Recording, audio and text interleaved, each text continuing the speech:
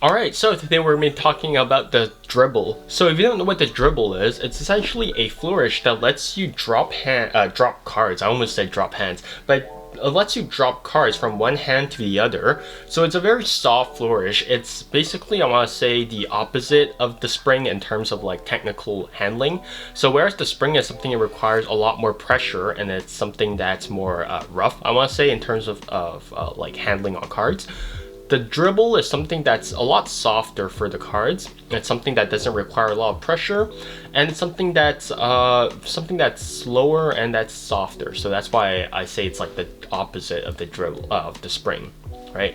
So in this video, I'm going to be teaching you two handlings for the dribble. So one is going to be something that's older and that's more old school, and the other one's going to be something that's newer and that's going to be used by more modern magicians and cardists.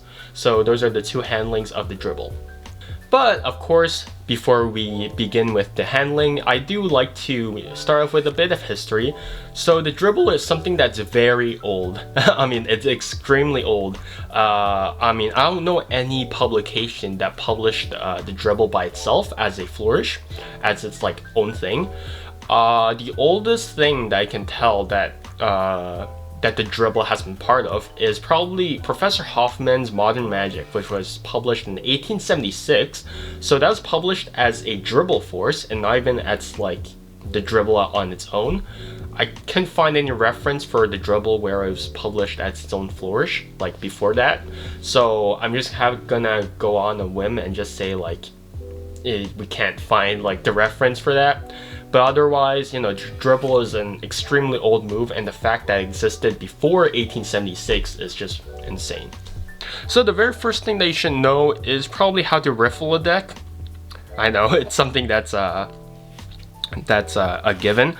So riffling a deck is essentially just moving your thumb upwards across the deck, like so. But of course, usually when you riffle a deck, both hands are required. For the dribble, you only need to do one, and you're going to let the cards fall one by one.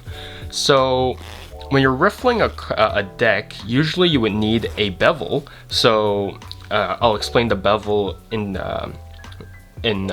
context with the dribble. But essentially, when you riffle a deck, you're going to move your thumb upwards, like so, and you're going to feel every card individually, and you do need to apply a bit of counter pressure, because if you don't, then you can't really like riffle up the deck. So if you riffle through the deck, then and you also apply a bit of counter pressure with a bevel, then you should be able to feel and let go of every individual card, right? And here you can actually see each and every individual card over here, right? So over here, you can see that I'm letting go of each and every individual card. And that is extremely important for the dribble. So that was the prerequisite of the dribble.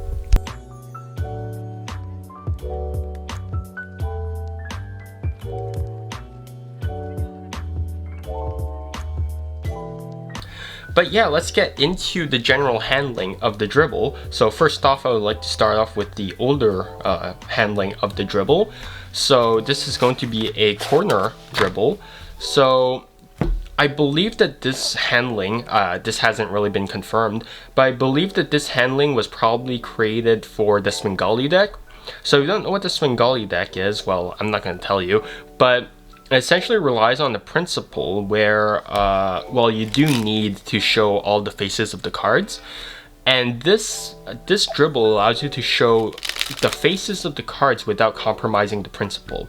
So that's why I think that this dribble was created for the Svengali deck, even though the Svengali deck is something that's newer. So, I can't really like back up my claims, but this dribble is used by more old school magicians, and usually when I see this dribble, it is used in tandem with the Svengali deck.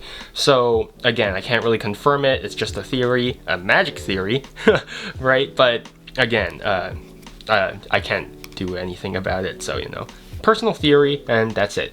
But let's just get into the handling of the corner dribble.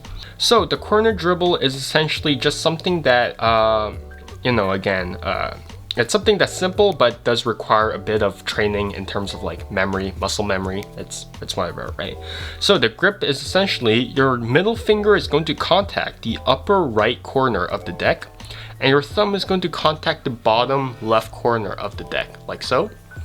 And then you're going to curl in this fat thumb, the fat of the thumb, not this fat thumb. I'm not insulting myself, but you're going to curl in this fat of the thumb, so then it basically just contacts the bottom right corner of the deck over here. And that's basically what it's just going to do, right? It's just there for support. It doesn't really need to do anything else. So yeah. Next, your index finger is just going to slightly extend, so then still contacting essentially this diagonal line of the deck over here. And it's going to be about, you know, 5-8 centimeters off center to the left, diagonal. So here's the center, your index finger should be about here. And it's going to apply counter pressure. So whereas your middle finger and your thumb are going to be bowing the so whereas they're going to be basically pushing the deck, well, pulling the deck, your index is going to be pushing it. So this causes the deck to bow, like so, right? So it does this. And what this allows you to do is that it actually allows the deck to bevel itself on its own without any like additional handling. So this bows the deck, which now allows you to riffle up the deck, right? And so now you can just, you know, lift your thumb, and as you lift your thumb, you'll notice that cards will drop one by one. But there's also another additional tip, and that is, as you're riffling the deck, your middle finger is actually going to gradually flatten in, right? It's actually going to roll sort of backwards, and then less of it is going to contact, right? So originally it's this, and as it rolls back, there's less surface contacting, right? And the reason why you want this to happen is because if I don't roll my middle finger backwards, well, cards are going to gradually stick to the remaining flesh of my middle finger because I'm applying pressure, right? So it's going to hinge on this flesh, and then it's going to rotate around it.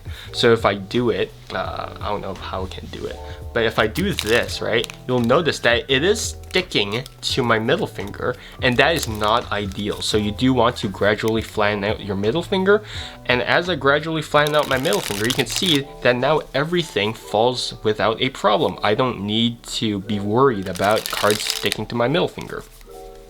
So that's a tip for you guys. And so with everything together, so again, the bowing of the deck, the riffling of the thumb, and the flattening of the middle finger, you'll notice that now I have this smooth dribble, right? And this will take a bit of practice, but yeah, it's just muscle training, so eventually you will get it, so yeah.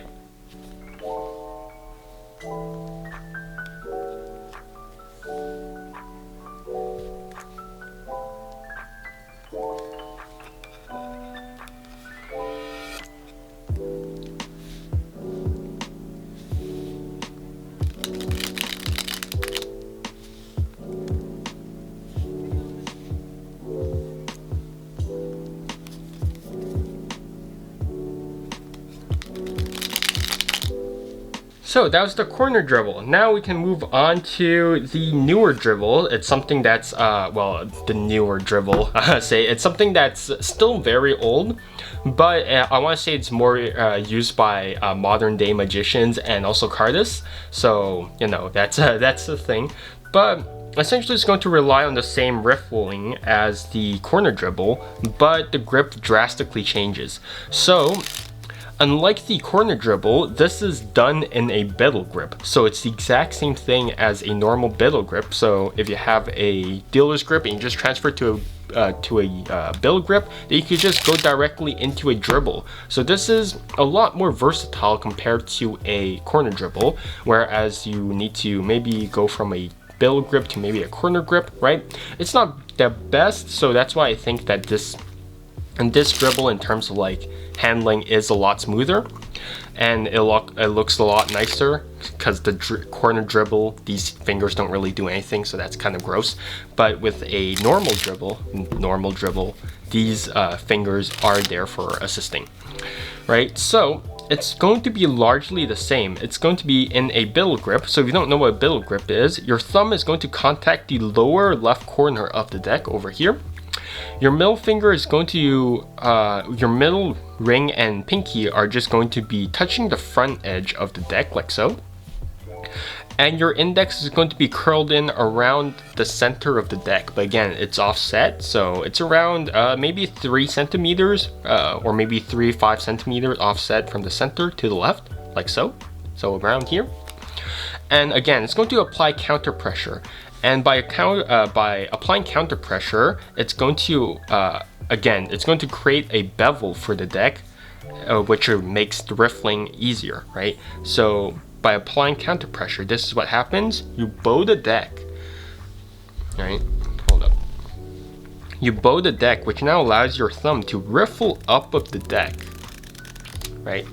So that's just exaggerated. You don't have to do something that drastic. It's more something, it's more, the amount of pressure that you need is more something like this, right? It's very slight, so nothing too like pressure intensive, right? Again, the dribble is something that's very soft, and that's something that you don't need a lot of force for. So now that you have this, you can begin riffling your thumb upwards. So when you riffle your thumb upwards, it's just going to create the same exact like dribble motion, but you'll notice that now you'll need to flatten out your middle ring and pinky finger, because if you don't flatten them out, again, like with the middle finger for the corner dribble, if you don't flatten them out and I just let them be, well, now cards are going to stick to my middle and ring and pinky finger, right? And that is not ideal. So again, I need to flatten out those hands, those fingers, unless you know, I want cards to stick to it, like so, right? So I do want a gradual flattening of these fingers, right? So these gradually flattening, so these gradual flat. So, oh god, I can't English. So these gradually flatten, there we go. So this is exaggerated, but that's generally what they do, right? And again, your index is curled. But again, there is an alternate handling where your index doesn't necessarily need to be curled. It can be extended, and it's essentially this part that's going to be applying pressure. So around like the center of the phalanx, or I think that's what it's called, right? So this plays the same role of applying the same amount of pressure, right? It's just that now it's applying pressure over here rather than over here. So that's the main difference between a curled and a extended index finger, right? Sometimes for Magic, you do need an extended finger. And the main reason why you have an extended index for Magic is because this does allow for additional cover. Not necessarily that much additional cover, but it is cover nonetheless, right? And so why wouldn't you want to use all the tools in your arsenal? So, you know, if you're doing Magic and you want additional cover, then you could do a index extension, right? So in this case, it's this versus this, right? So this covers quite a bit, right? So in the case of a thumb break, if you have this versus this, it's far more likely to flash, right? So that's the main difference. But yeah, back to the dribble. I don't know why I moved on to Magic. But yeah, so yeah, that's basically going to be it, right? Your middle ring and pinky are just going to gradually flatten as your thumb riffles upwards when your index is applying pressure. So yeah.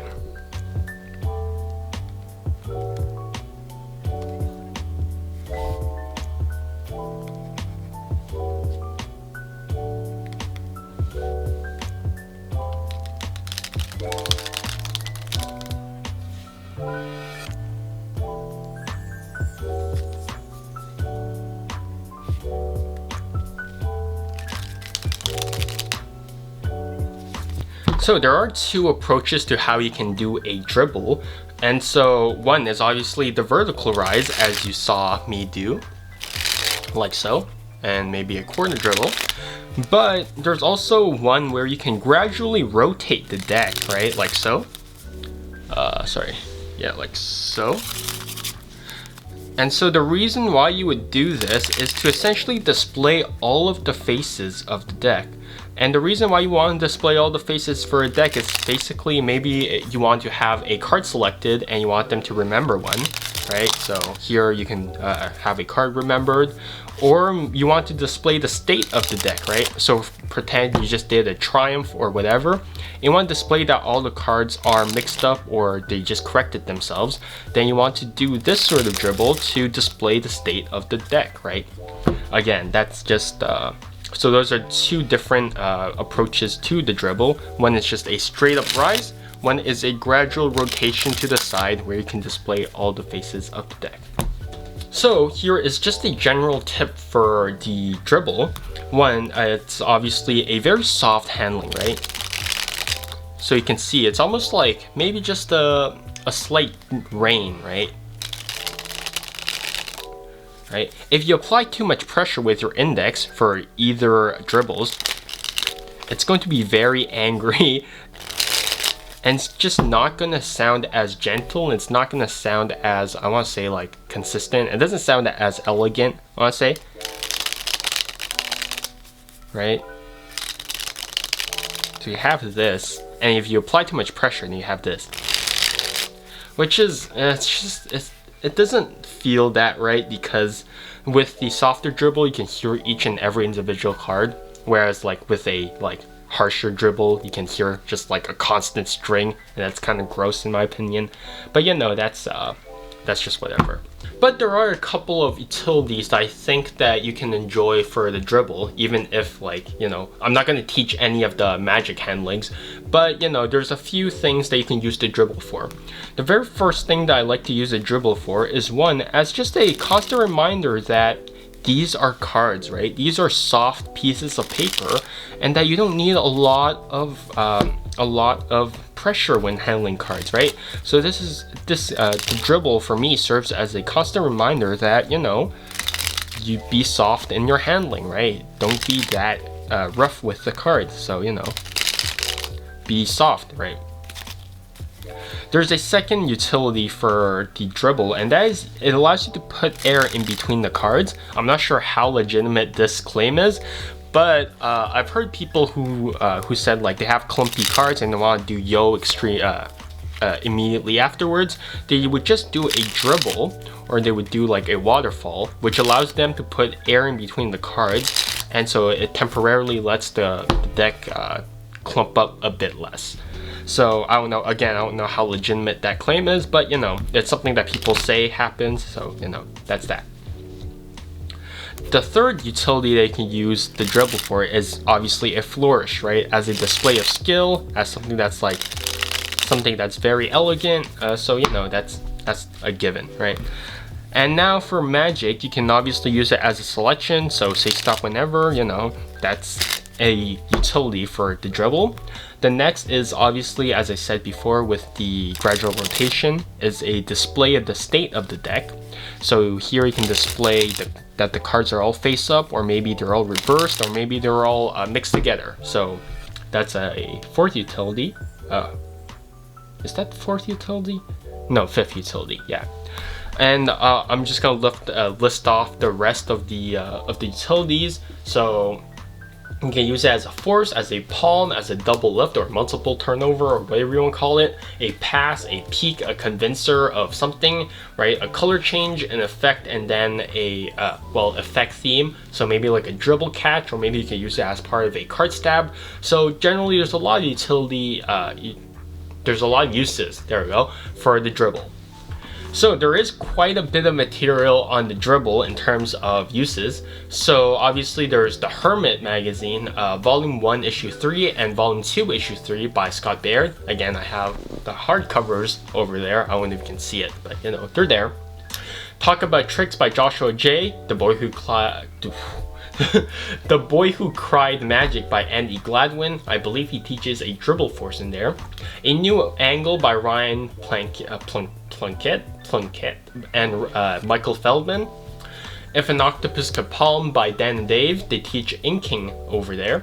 So that's something that uses a dribble and a palm. So that's cool. There's also the complete illogical dribble force by Justin Higham. I can't English for some reason. Is that normal? Justin Higham. I'll put the link in the comments, okay? There's also Card College Volume 1, 3, and 4 by Roberto Giobbi. Cornucopia by John Carney, written by Stephen Minch. Vernon Chronicles Volume 1 and 3 by Di Vernon, written by Stephen Minch again. Versatile Card Magic Revisited by Frank Simon. Rim Shots by Harry Lorraine. The Complete Walton Files by Roy Walton, Volume 1, I think. And then we have Revolutionary Card Technique by Ed Marlowe. And then we have Encyclopedia of Card Tricks by Gene Ugart and Frederick Browie. I think it's only just one trick that uses like a dribble in there. So again, it's something that's very brief, but there is something that the dribble. There is something that uses a dribble in there. And that's about it. That's about it for the dribble. It's a longer video than I thought, but you know, that's about it. But there is something that I didn't teach, and that is the Anaconda. The Anaconda is basically this large dribble, and it's by a cardist named Bone Ho. I believe he's a Singaporean cardist, and I believe you can only get the Anaconda as part of a Virtuoso gift bundle or like a movement bundle, so you can only get that. So you know, you can contact the Verts for that, I think. But the Anaconda, yeah, it's just basically an elongated dribble, but it's not mine to teach, so I didn't really teach it. But I think if you play around enough, you can, you know, get it to work. But yeah, I think that's about it for the dribble. Again, a very soft move, don't try to force it. And so, yeah, if you guys have any comments or discussions or anything that we would talk about, then leave them in the comments below. And yeah, that's about it, and see you guys next video.